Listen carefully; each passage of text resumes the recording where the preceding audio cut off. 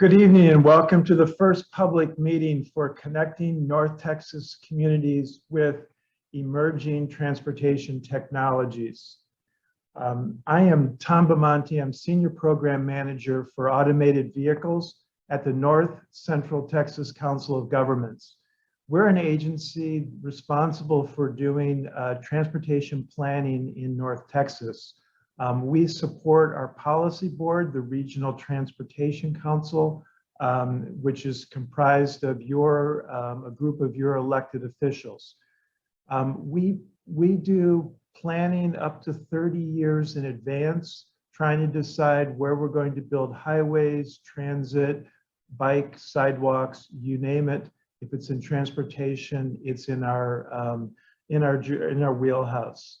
As I mentioned, I am focused in the automated vehicle section, and this is a study that is designed for help prepare our region for automated vehicles and a whole host of related emerging technologies.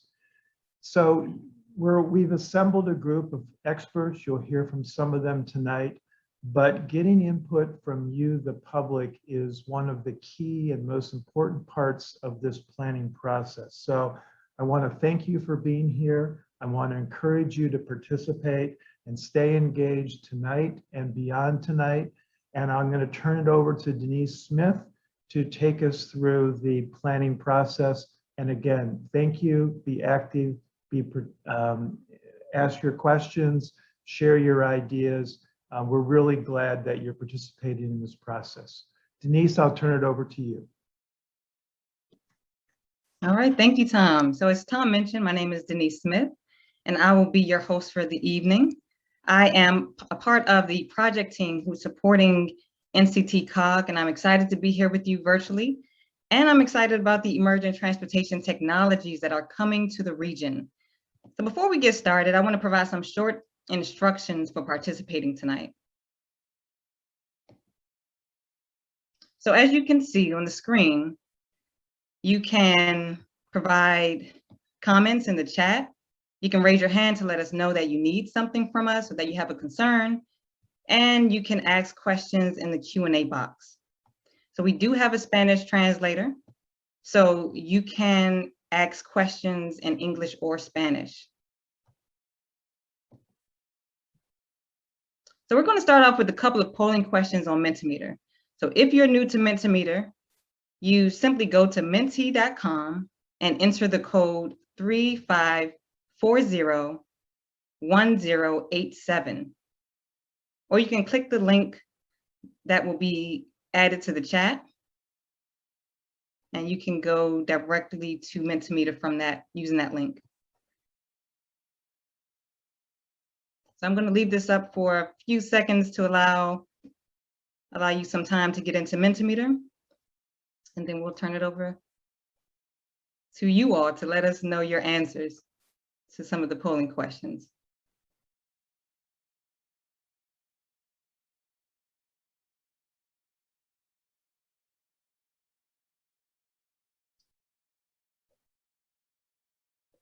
All right, so Marissa, I'm going to turn it over to you so you can lead us through this polling exercise.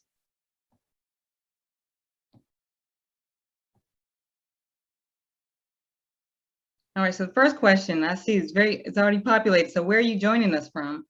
So we've got Dallas, Arlington, HDR, Inc., a civil engineering consulting firm, University of Texas at Arlington. We've got Arlington, DeSoto, Texas, San Antonio, Plano. All right. Las Colinas, Denton County, Richardson, Texas, McKinney. All right, so we've got some good representation from around the region and some even outside the region. All right, see Midlothian, Texas. All right. All right, so if you are, if you want to put your answers in the chat, you can do that as well. We will take all the input and not just for this question, but for all of the Mentimeter questions. We don't want to make you feel like if you don't use Mentimeter, you can't participate and can't provide your input. So feel free to use the chat as well. All right, Marissa, you could go on to the next question. All right, so this one may require a little more thinking. So what is the first thing that comes to mind when you hear the word transportation?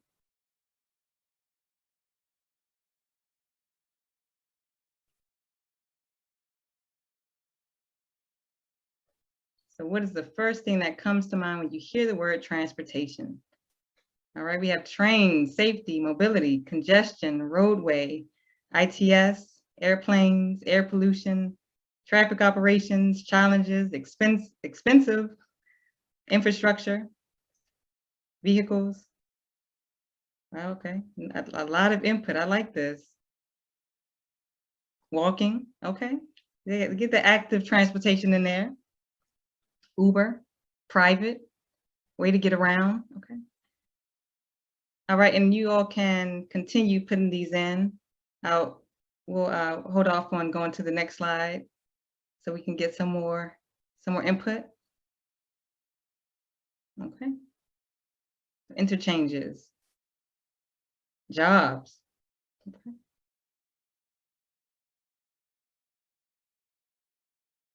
Movement, commuting, big data. All right. Airplanes. All right, so multimodal, little bit of technology in there. All right, good. Good to hear that input. So we're actually going to return to Zoom, but don't close Mentimeter for good because we will be back with some more Mentimeter questions throughout the presentation.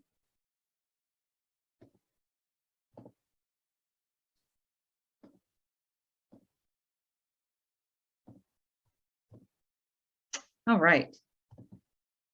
So now that you've heard the phrase emerging transportation technologies at least 5 times so far, we want to explain what that means. But before we get there, I want to just talk about what this project is about.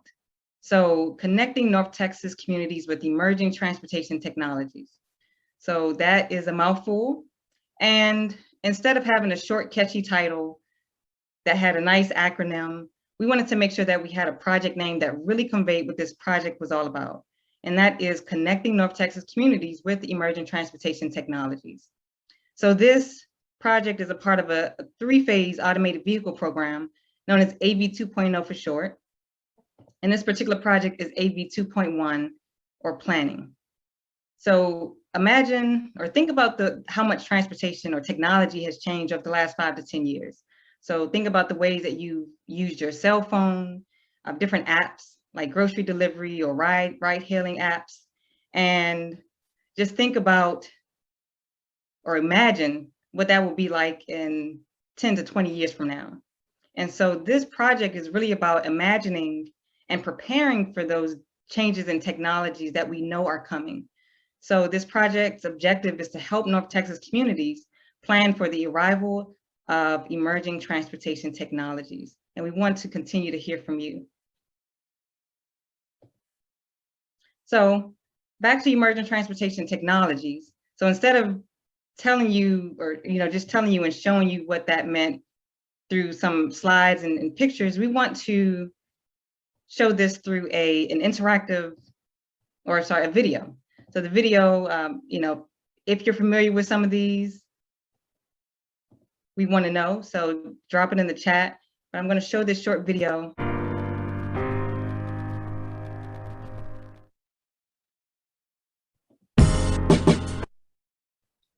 All right, so we are going to go back to Mentimeter. So same code, but we want to ask you, now that you've seen that video, a couple of questions on your thoughts about technology.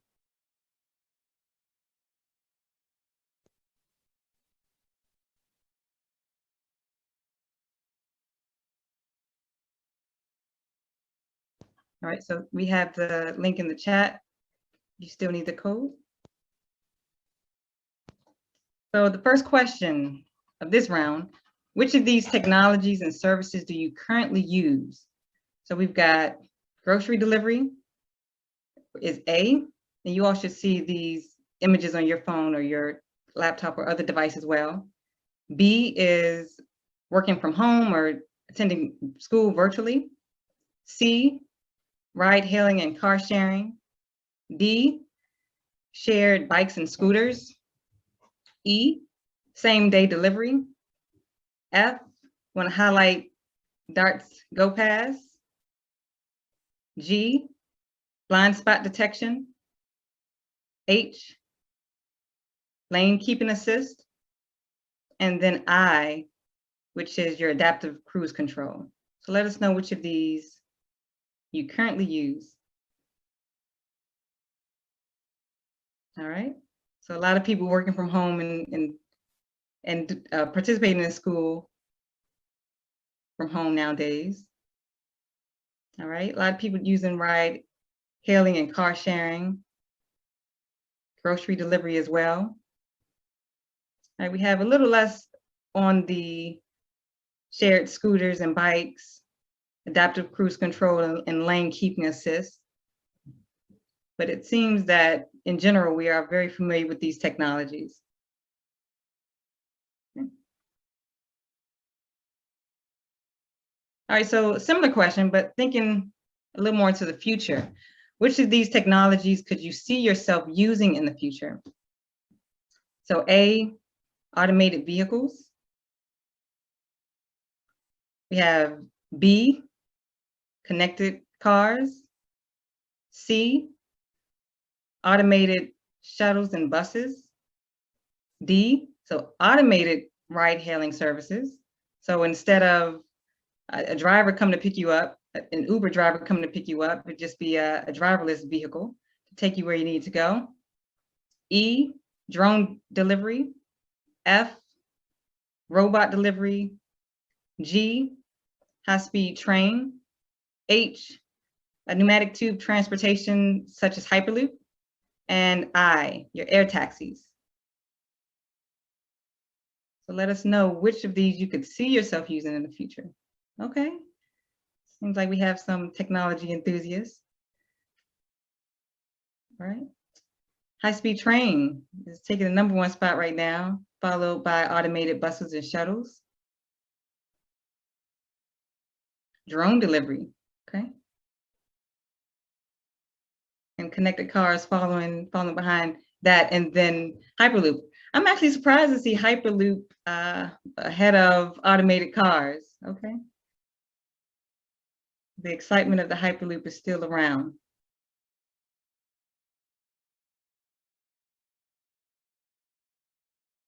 All right, let's continue. So we will go back to our presentation.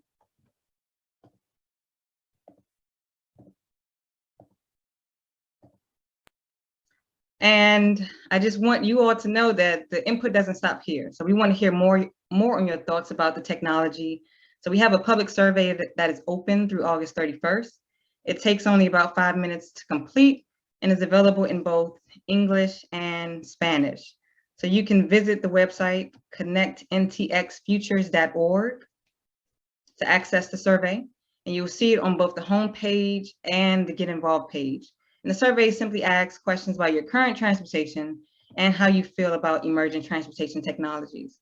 And we ask that you share this survey far and wide. We want to hear from everybody who uses transportation and everyone who will be using transportation. So we often leave the younger people out, but if we're projecting this into the future, they may be the primary users of these emerging transportation technologies.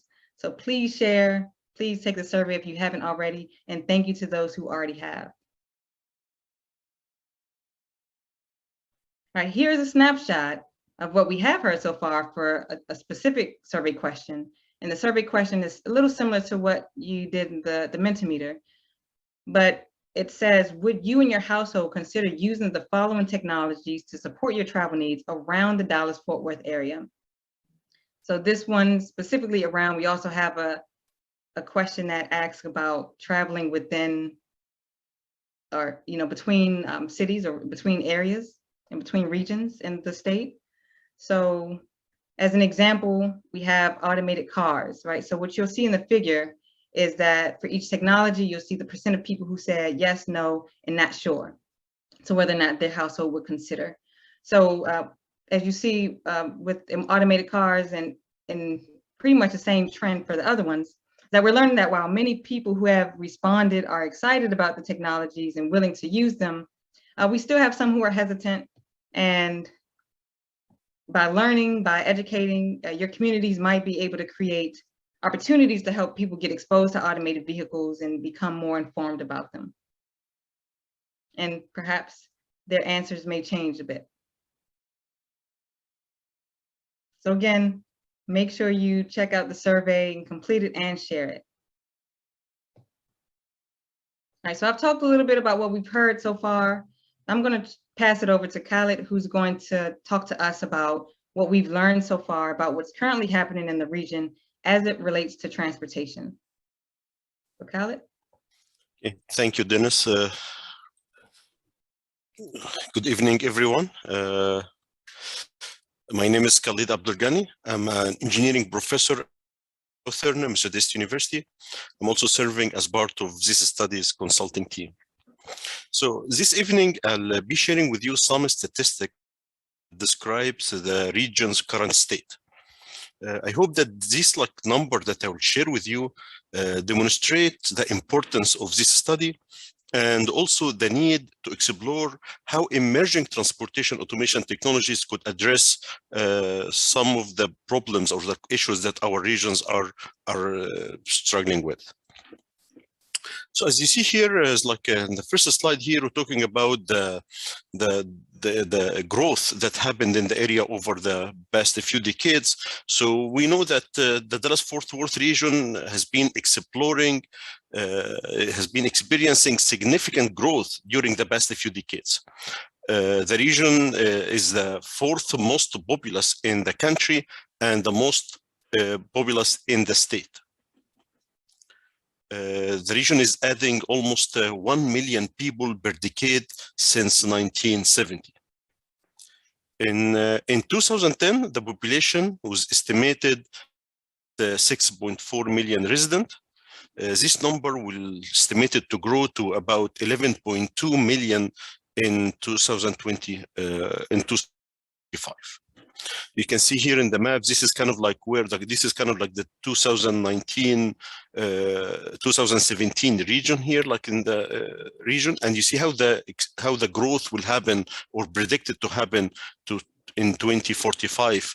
You can see like in the north side, maybe we'll be touching the borders of Oklahoma very soon. So this is kind of like to tell us how the growth is really happening in our area. So this population growth, next slide, please, Dennis.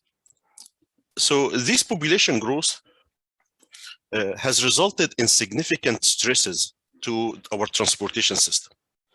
So from the congestion point of view, the total daily vehicle miles traveled in the region is estimated to of 212 million miles. So this is the total miles that all of us are driving in the region in one day. These traveled miles are associated with significant delay as well, which is kind of estimated to be above 1.7 million hours. So we have 1.7 million hours are wasted daily because of traffic congestion. And again, this is estimation based on some studies that have been done before. This condition costs the region about $12.1 billion. So this is again an estimate that the cost of congestion is estimated at 12.1 billion. So if we go to the next slide, please. So similar to congestion, we have traffic safety is another big concern. So we have about 51,000 persons were injured in motor vehicles, in motor vehicle traffic crashes in 2020 in the DFW area. Also, we have about 2,900 serious injury crashes were reported in the region into 2020. Unfortunately, we have about 820 fatalities were reported in the same year. And this number is 13% increase from the number that were reported in 2019. Another alarming number is that 2 out of each 10 fatalities involved a pedestrian. So again, this all like a number shows that our area is really under stress from congestion point of view, from safety point of view, which will also tell us that we need to start thinking about ideas out of the box, right? To how to address these problems and reduce congestion in our area, and also improve, reduce fatalities, reduce injuries in our area. So I'll stop here, and maybe I can take maybe a couple of quick questions. If not, I will return the mic back to Dennis.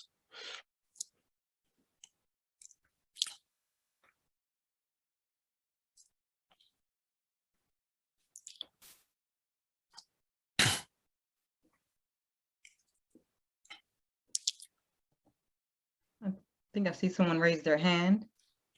Are there any questions in the Q&A box?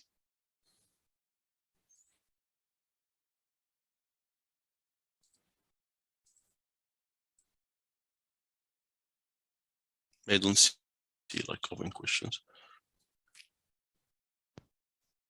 Okay, so we will move ahead, but we will have an opportunity to answer questions. You will have an opportunity to ask questions in the chat throughout the meeting, and then we'll have a period at the end where we'll just open it up for questions and answers.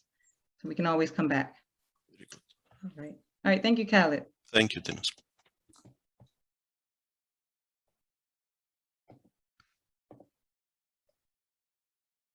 All right, so I'm going to pass it over to Abby, and she's going to talk to us about the so what. Like what does this information mean? How are we using it? And how does it impact me? So why do we want you all to take the survey? Why are we doing this existing needs study? And she's going to help us make those connections. So Abby, I will turn the mic over to you. Thank you, Denise. So hi, everybody. Thank you very much for joining us tonight. My name is Abby Morgan. I'm a transportation engineer with Kittleson and Associates, and I'm the consultant project manager for this study. I wanted to give you a quick overview of our entire project so you understood a little bit more about why we're asking some of these questions. Next slide, please.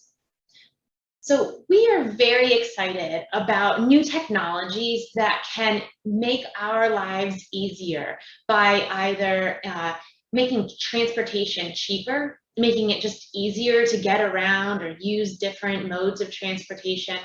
And we're really excited about technologies that can be used to just generally improve our overall quality of life. There are some new technologies like automated and connected vehicles that can help us right now. They can help us to avoid crashes, like those safety numbers that Khalid just shared. They can also help us make our travel times more reliable so that we aren't worried about being late for work because we're not quite sure how congested the highway might be on our way to work or school every day. New technologies we're excited about can also help to reduce some of that congestion that we've been talking about in the region without needing to necessarily build new roads. We can just make our systems more efficient. So your local agencies and your local elected officials are starting to ask questions like, what do we need to do to get our roads and our systems ready for these new technologies? Well, for decades, transportation engineers like me have been studying how we travel. We've been learning our usual behaviors, our travel patterns, and our traffic needs. And just when we thought we knew it all, because we've been studying it for so many decades, technologies are really changing the ways that we travel today. So they're changing the ways we travel and the modes that we travel. If you think about new modes like e-bikes or e-scooters, automated vehicles, those have all popped up really in just about the last decade that we've really started seeing them out on our streets and being tested. So just imagine 30 years from now what new technologies might exist that we can't even envision yet. We're also seeing a lot of changes to the ways we travel because technologies are creating new information. So how many folks think about using navigation apps whenever you get on the road? Things like Google Maps or Waze. These apps are really amazing because they are providing real-time traffic information to help you understand where there might be a crash, why you might want to get off and use a different road to get around some congestion. Now, that's a relatively new and powerful technology that we're seeing really influencing the way we travel. And new technologies are also changing the way we travel by providing new ways to even pay for transportation. So we used to have to put coins into parking meters, and now we can pay by phone for parking. Same with transit fare cards. We can buy tickets on our apps, or we can reload a reusable fare card, which all makes it a lot easier to travel. Technologies are also changing our need to travel. So as we saw earlier in our poll and what we're experiencing right now, we don't even have to travel at all. So we could be telecommuting or e-learning. We could also be doing things like shopping through maybe Amazon or Walmart for e-shopping deliveries or food and grocery deliveries, like a delivery dude to get a hot meal at home. Well, this project will give your decision makers guidance on how to bring technologies like automated vehicles to our communities, and how we can make sure that the new technologies that come improve safety, reduce congestion, and create new opportunities to connect our communities. Next slide. So we're developing guidance for how your communities can plan projects to meet your needs, to address your challenges, and to help residents like you in your communities to learn about new technologies. As Denise has said, we want to learn from you. We want to understand, what are your biggest challenges when you travel? What technologies are you excited to use, or technologies you want to see in your community? And what do you want to learn more about? We're going to use the information you share with us tonight and on the online survey to create a guidebook that your community leaders can use to think about how new technologies should be planned to meet your travel needs.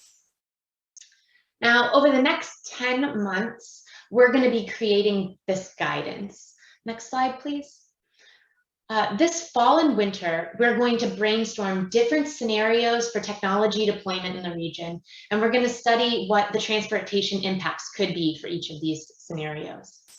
Next spring, we're going to be creating that guidebook for local agencies. Again, it's going to be focusing on how to plan or fund technology deployments. And we're going to wrap up our project in June with a final report for public agencies and decision makers. So I'm going to turn it back over to Denise, who's going to lead us through a few more interactive questions so that we can hear more from you tonight. All right, thank you, Abby. All right, so now that you all have had a chance to learn more about the project, we want to hear a little bit more from you. And we have a few more Mentimeter questions before we go on to Q&A. So again, same code for Mentimeter, and Marissa will start the Mentimeter or share it to the screen so we can see the results as they come in.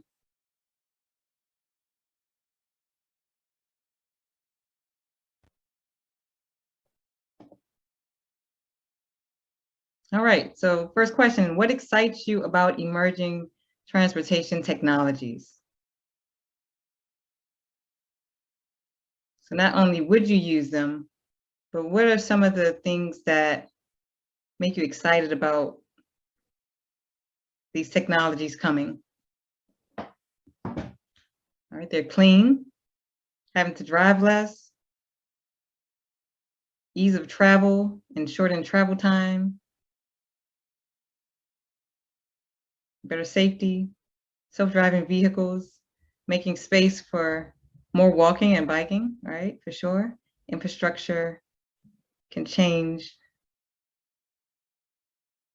All right, safety, reliability, ease of use, flexibility, mobility, sustainability, environmental benefits, robot deliveries, minimize congestion.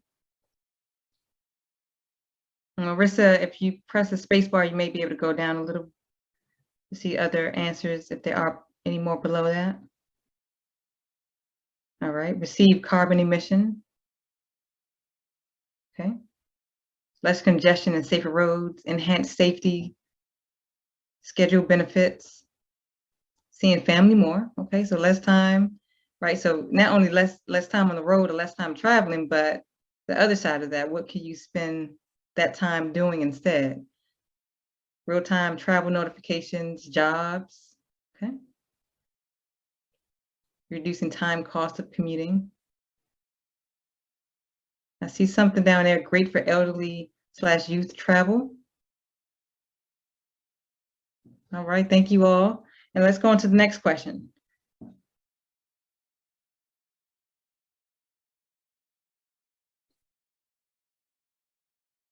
And so it's on the flip side, what concerns you about emerging transportation technologies?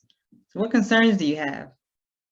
And an example may be cybersecurity related. Okay, slow adoption. Okay. Ooh, more sprawl. Yeah, we don't want that. Well, maybe some people do, but not everybody. Replacing jobs. So, and that's interesting because we heard that on the what excites you about emerging transportation technology. So we have jobs that can come through the technologies, but then you may have people who are drivers or who are doing, you know, even thinking about grocery stores, like the self-checkout lines, right? So replacing jobs even from that state, but also replacing drivers, the delivery, Instacart drivers, and things of that nature. So coordinated technologies is a concern. The unknown, that's a big concern, right? We don't know what to expect. Funding, too dependent, okay? Yeah. I mean, you could, if you're just sitting in a car that's driving you around, sometimes your senses can decrease a little bit and you're not as aware of your surroundings, and so I could see too dependent being a concern. So more empty cars on the road, right? So we have those. If we have shared cars, shared automated vehicles, they've got to find a way to go, and those empty trips could lead to more congestion. All right, let's go on to the next question. So what topics would you like to learn more about? And also think about the topics that would be beneficial to people that you know, your neighbors, your family members, to get them more acclimated or allow them to gain a better understanding of the technologies. So an example could be AI or 5G, understanding the role that those play in emerging transportation technologies. All right, job creation, safety of automated vehicles.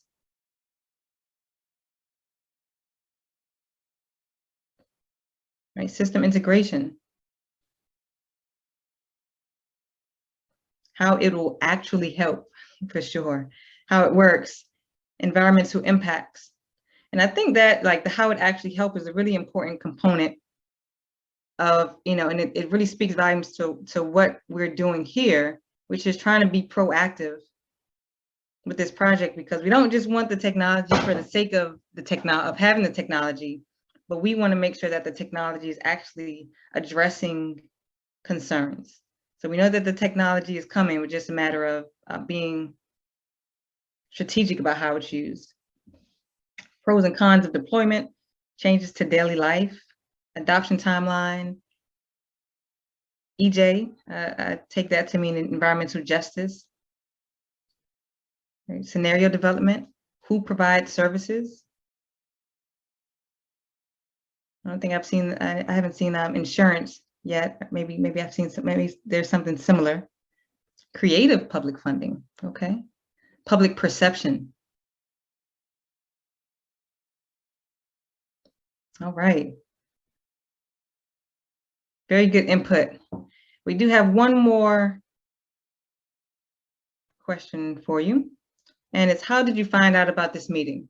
So this is just the first of several virtual public meetings, and we want to increase participation. We want to increase participation in the meetings as well as in the surveys. And we want to know which of these strategies is most effective for reaching people. So we have email, word of mouth. That's good to hear that old-fashioned word of mouth is still working. Other, I'm interested in that other. So if you answered other, please add that to the chat, what that other is. That would be helpful for us.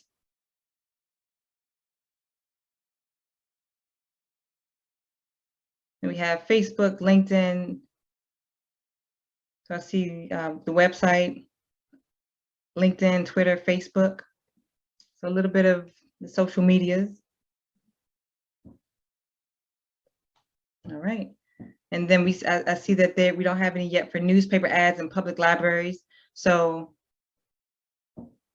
those more traditional print options. Okay, so NCT COG. Okay. All right, perfect. All right, so let's go on to the questions and answers. But before that, well, yeah, I think that's next on our list, the questions and comments. So we want to just provide an opportunity for you all to answer questions, to ask questions, sorry, and I will make sure that the right person is answering those. So it looks like we have one question in here so far, one that was already answered. So the question is, will this exacerbate a disparity in wealth and prosperity across the region by creating levels of connection across the region? So if anyone on the team wants to answer that, please chime in. Hi, Denise. This is Abby Morgan. Yeah, I think, and Tom Monty acknowledged he'd like to answer this as well. I think these questions that are coming in are excellent. We're just at the start of providing that guidance. So hearing what sort of concerns you have is exactly what we need to know now, so we can make sure that your local agencies will have the right guidance to help them plan. And Tom, I'll give you the chance to answer, but this is exactly why we really want to do thoughtful planning with these new technologies. We want to make sure that these technologies aren't creating additional barriers that people might have. Again, we had a lot of information on how we always used to travel and how we used to get information, but all of a sudden now, even just in the past year, with our dependence on internet connectivity, that alone can be a real challenge. So getting to understand your needs, especially new needs over the past year, is going to be really helpful for us to create that guidance for your local communities. And I'll turn it over to Tom if you wanted to provide a response as well. Abby, thank you. I think one of the starting points for the study is the fact that currently there's a disparity in wealth and prosperity in the region. We certainly recognize that, and we believe that the high cost of the predominant form of transportation, namely having to own your own automobile to participate in much of the job market, to access many of the opportunities in the region, does make it more difficult and may exacerbate the disparities of wealth and opportunities in the region. So in this study, we are certainly going to see if we can identify ways to use emerging technologies to provide basically more transportation for more people more affordably. And that is certainly one of our goals. So thank you for that question. All right, thank you, Tom and Abby, for your answers. Another question is, how will we establish priorities of technologies and implementations? So one of the things that we will be creating later on in this project is a summary of best practices that we're learning. There are many states and regional planning agencies really across the country that are thinking through how to prioritize technology investments. what we're working on right now is understanding the local needs, and then based on those local needs, we'll be able to say what the other best practices are. So there are a couple of different ways that states or communities are comparing different projects. Sometimes they evaluate them, based on whether or not they're ready to be deployed right now, or whether or not the local agency really needs to help support the technology advancement. So we're going to be coming together again, helping your local decision makers understand how they can evaluate and prioritize those technologies, really to focus on the needs, and also to make sure that they're helping to align with our future goals within the region. So goals for things like quality of life.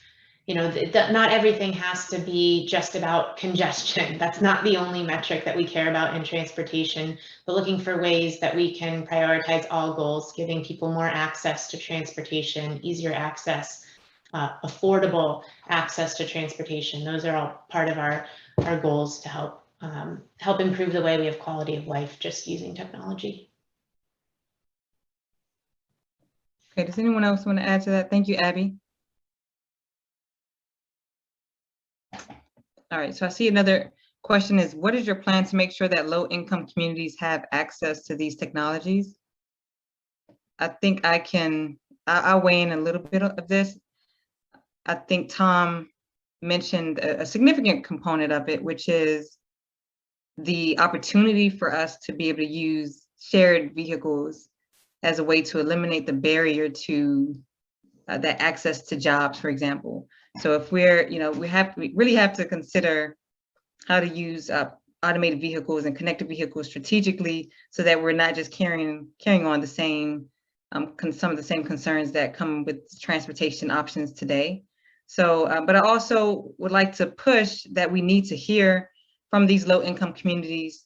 So we will be doing more outreach to make sure that we're hearing from residents in low-income communities and making sure that some of the unintended consequences that we won't necessarily think of are taken into consideration. I see Tom, you've indicated you would also like to answer, so I'll turn it over to you. Yes, Denise, thank you. And this planning effort is part of a larger effort. The Council of Governments is making investments in a variety of automated vehicle projects to test out the technologies. And our policy board has made very clear that it wants us to explore use cases that the private sector may overlook because they're not profitable. So some of the projects we're investing in over the next couple of years include using delivery bots. Those are those little robots that deliver things on the sidewalk.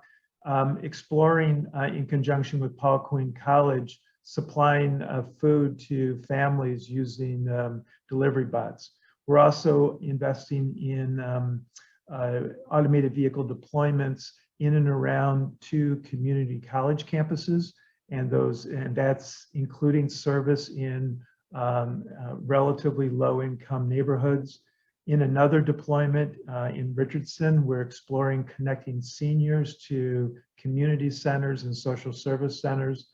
And we are also helping DART bring automated transit vehicles to try to extend transit service. So we're very conscious of that and of the importance of making sure that everyone in the region is benefiting from these emerging technologies. Thank you. All right, thank you, Tom. All right, so we have a few more questions in the chat. So if it is true that fewer and fewer people are using public transit, is this likely to play out in the advanced technology arena as well? I'll open the floor to the panelists to see if there's anyone who wants to answer that, or if you want any more context for that question. So I can start, and then I'll ask other folks to add on. I think that there are some really exciting things that we're starting to see with emerging technologies. We've mentioned automated vehicles a lot. I think that's one of the technologies that is usually at the front of our mind. It's definitely at the, the headline of most of the media articles we see. But there are a lot of other technologies that are actually making it easier to use public transit. So e-scooters or e-bikes in those shared settings are actually being used in a lot of places to give people better access to transit, either from their home to a transit station or the last mile of their commute from a transit station to their last destination. So we are seeing some new technologies that are actually making it easier to use public transit. Combine that with what we would call a common payment system. North Texas is a great example. So whether you're taking DART, transferring to Trinity or DCTA, the different transit agencies through the GoPass app are allowing you to use one payment method, one reloadable fare card to transfer between different trains or buses. That's not possible everywhere, and it wasn't always possible within the region. You used to have to get a different fare card each time. So there are other ways that technology is actually just helping us make it easier to get around, to get to transit, or to use this transit system. The biggest thing is that there are a lot of unknowns. We don't fully yet understand exactly how people's behaviors will change.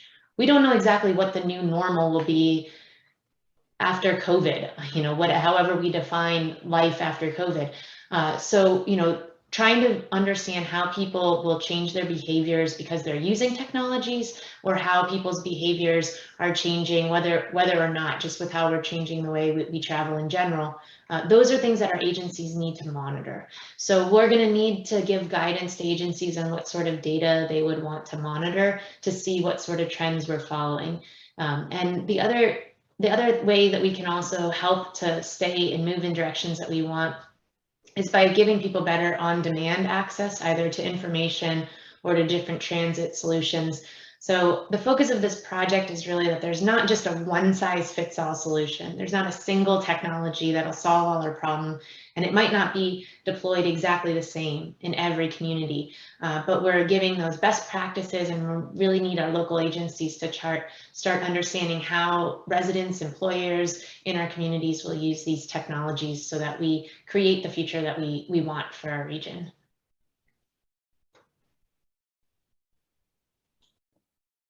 Okay. Would anyone else want to chime in on that before we go to the next question? Okay. All right, so I see that there's a question we have someone typing an answer to, so I'll skip over that for right now. And I'll pose this question: how can the technology prevent and reverse economic stratification by encouraging job site centralization, i.e. central business district, rather than job site diversification? Denise, that's a great question. And it's a challenging one because planning in DFW and as in elsewhere is often siloed between land use and transportation.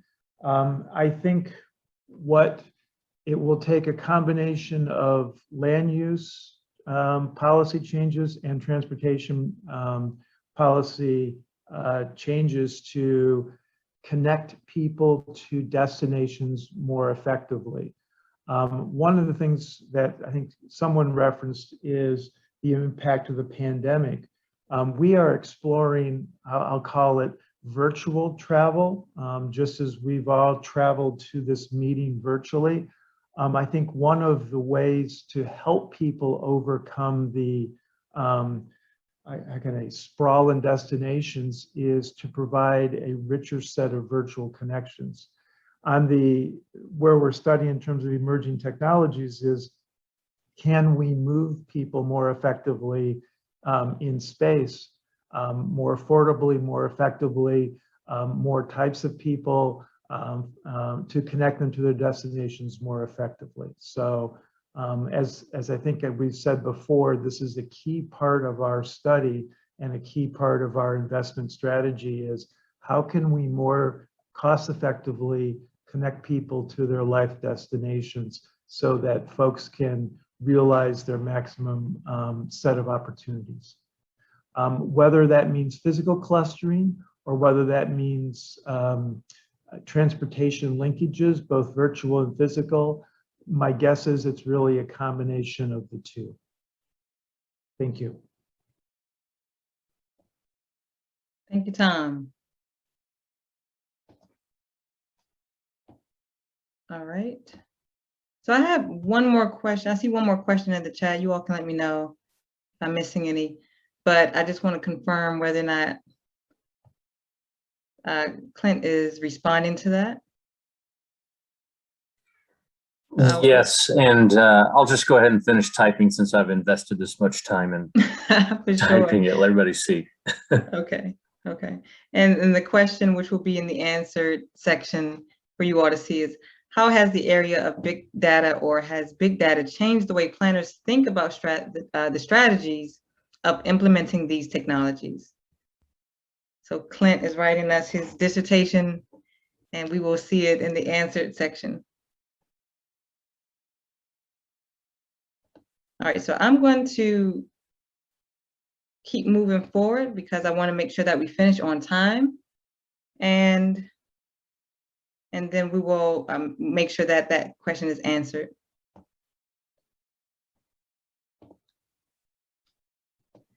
Okay, yeah, I finished the answer and I'll just summarize it here that, yes, by the way, this is Clint Hale. I work with Tom Bamonte on the automated vehicle program. And let me bring up my camera. Okay, I can't start my camera. All right, so the short answer is yes, planners are using big data as best they can. The challenges they face, though, in using this data is, one, it's often expensive and privately provided, and so you have to go through all sorts of procurement issues to access it. There's a lot of data, and just the ability of public planners and public agencies to be able to tap into that data and really make effective use of it is very, very limited. So often when a data project is needed, there's usually consultants are hired because you can kind of get a force multiplier there for your dollar. And there's also, like I mentioned in the chat, there's a little bit of a creativity issue at times. While planners are working hard and trying to do their best, they can sometimes miss opportunities and don't have an opportunity really to think creatively about this stuff. So, something we're interested in is, e-bike data. You may not think it has anything to do with automated vehicles or large-scale transportation issues, but that sort of data can be very useful for understanding micro, what we call micro transit opportunities. Is there a way to deploy small shuttle systems, or is there a way to, add some sort of on-demand, ride-hailing service to that area? But just trying to think about the different types of mobility options out there and how they all connect and what they could all signify in different ways. That's a creativity challenge that can be difficult to address. But like I say, the bottom line is, yes, we're using not necessarily we, our team, or necessarily this project, but transportation planners are using cell phone data in that they're looking at, you can couple cell phone movements with the right algorithms and understand everything from where people are going, how fast they're going, the way things are bumping. If there's a pothole in an area, it can sense the cell phone's movement. Lots of cell phones moving in the same way. So people are looking at that, so everything from congestion to asset management issues, as well as thinking about in leveraging data for connected vehicles. So like I say in the chat, every car that's rolled off the production line, basically since 2014, if you have a car since then, you've probably signed paperwork when you bought it to allow that car to send data back to the mothership in Detroit or wherever their HQ is. And that data gives location, it gives erratic driving, it gives hard braking data. basically all that counts as connected vehicle data, and that sort of data is becoming available to planners to look at. And they're not trying to look at what you're doing, they're trying to look at, are there things in the infrastructure that we can improve based off of this data? So yes and no, we are using data. There are some challenges there. So I hope that addresses the question on big data. Thanks, Denise. Okay, thank you. And I see that we have some more questions. For the sake of time, I want to make sure that we get through the remaining slides, but we will make sure to follow up on all of these unanswered questions and then make sure that they're posted on the website. So great questions. Thank you all for those. And we'll definitely consider those as we move forward in this project. But we want to thank you all for participating. This is just the beginning, however. Of course, as a reminder, the public survey is open through the end of August. And we just want to encourage you to share it, take the survey as well as share it. So share it with family, friends, colleagues, neighbors, anybody in your network. The meeting's in a bag. If you like what you heard here or want to bring it to your colleagues and your family and friends and neighbors and really get them involved, then please reach out to us. We want to partner with agencies or organizations to host what we have what we've called meetings in a bag. And we will be providing materials as well as support so that you can present this in your own meeting or among your own network of colleagues or family and friends. PAC workshops. So if you are with an agency and you're interested in participating in the Project Advisory Committee workshops, please visit the website. We'll drop the link into the chat again and send us your information. So on the home page, you should be able to indicate or click on the link to indicate that you are interested and just provide us with some information about what agency, what your contact information is, and we'll follow up with you. Focus groups. So to complement the survey and to take a deeper dive, we're going to do focus groups, conduct focus groups starting in September. And if you would like to be considered for focus groups, you can visit the Get Involved page on the website and fill out that short form. And lastly, public meetings. So please stay tuned for the next one. We'll have the next one at the beginning of next year. And at that meeting, we'll be sharing future transportation scenarios and asking for your feedback. All right, so on that note, please stay connected. Of course, we have our project website at connectntxfutures.org. And you can also connect with us by email. So connectntx@nctcog.org. And connect with us on social media, on Facebook, Instagram, and Twitter, NCTCogTrans, #ConnectNTXFutures. So again, we thank you for joining us and we look forward to your continued participation and have a great night. Thanks everybody for joining.